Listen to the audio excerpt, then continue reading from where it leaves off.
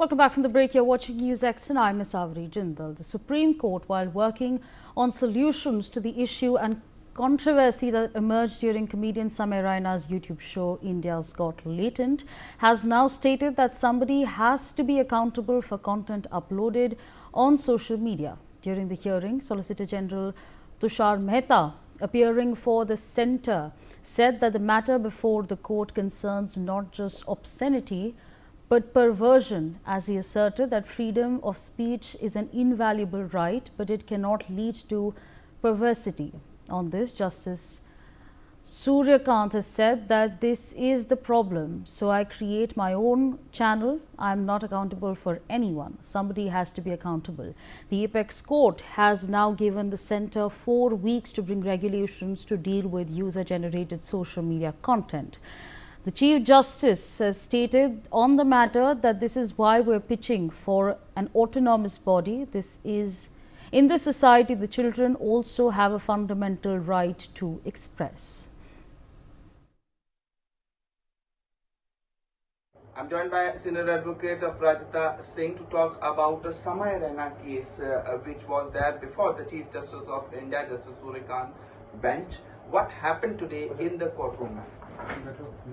So this matter is about persons with a disability, and as you all know that we had come to court because they were disparaged in one of the shows of Mr. Raina, and we are very fortunate that the Chief Justice took the matter very seriously right from day one, and he told us to apprise the court of what are the problems that we are facing and how can the court help us in solving those issues.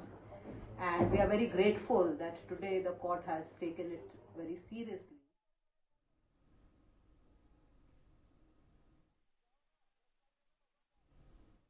I'm joined by Senior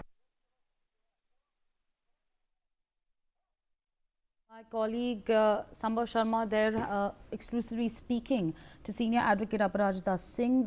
She was counsel for disabled in this case. That's of course the conversation that my colleague Sambhav Sharma had, of course, had with Senior Advocate Aparajita Singh. And again, those are the updates that we're tracking as far as the case goes. In fact, we are being joined by a guest on the broadcast. We're joined by Ritesh Bhatia, cyber expert on the broadcast. Thank you for your time speaking to us on Newsx. Of course, the question that looms large, and this is exactly what the Supreme Court has highlighted, is that someone has to take accountability. While freedom of expression is so important to all of us, it can't perhaps lead to a situation which is contrary or in fact deliberately unreasonable by stance. What exactly do you make of this hearing?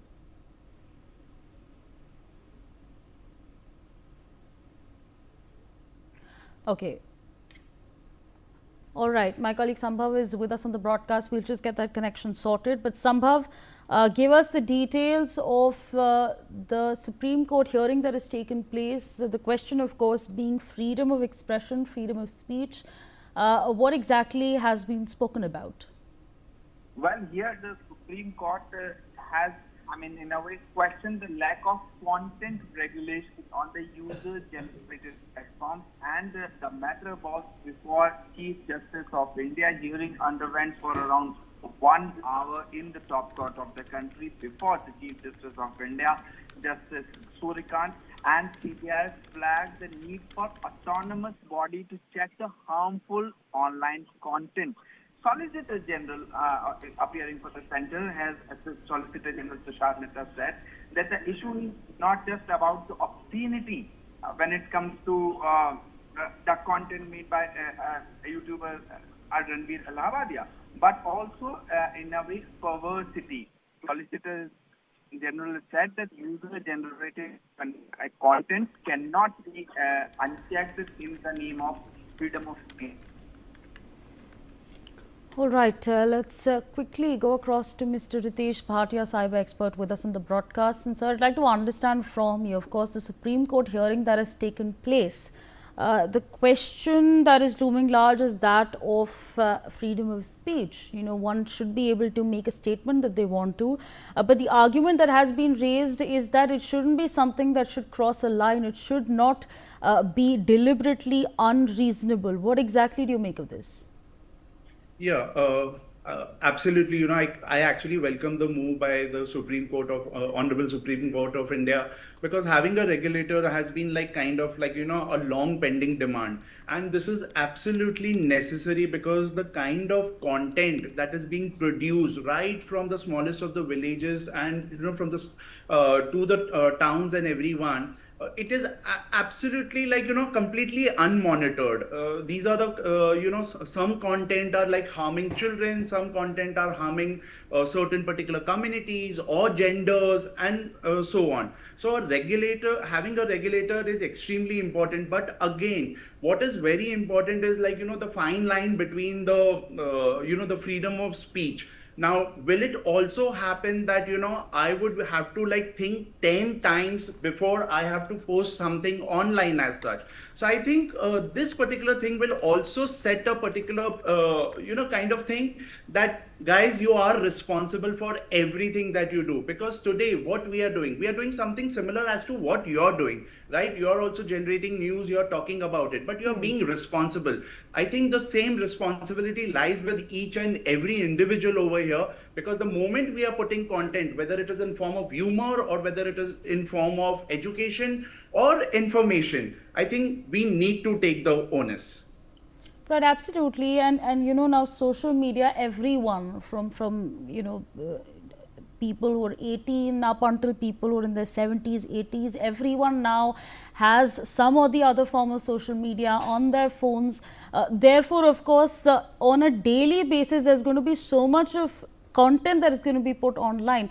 What essentially is the infrastructure and the personnel that is required in order to you know, have these regulations, one, put in place, but two, actually something that has a process that's being checked regularly? What would that infrastructure, that personnel perhaps be needed in this case? Yeah, I think this is a very, very great point, because how are we going to monitor, being one of the like largest nations in the world, having the, you know, kind of a user base in terms of the internet and the social media accounts? How are we going to monitor? Because see, as a cybercrime investigator, let me tell you one thing: whenever we have approached these particular platforms, they always come up with an excuse which they give it to, like, you know, to the police and to the government, that they don't have that enough manpower as such. So what happens over here? Let's say even the government decides that we are going to have a committee. Maybe that committee is there, that regulating body is there. They are going to now kind of summon, let's say, the nodal officer or somebody like that. He will always come up with the particular excuse that, listen, you know, we don't have that kind of manpower. And then I don't think so there is going to be like a proactive monitoring. Now, coming to the infrastructure, I think, you know, the use of AI is going to be very, very important at this point of time, because the way you have the profanity filters and other kind of things, AI would be able to tell you, provided it is trained without any biases, it would be able to tell you that, listen, this content seems to be like that. So it will need to like flag off. I think that's the way that I see, because we can't have like a, you know, big call center having 2,000 people monitoring like, you know, around about 100 crores of users over here. All right. With that, I'd like to thank you for joining us on the broadcast, sharing your perspectives with us on Newsx. Well, moving on to some more news that we're tracking. The Pakistan Tehreek-e-Insaf has sought an official response from the government amid growing rumours about the health of jailed party founder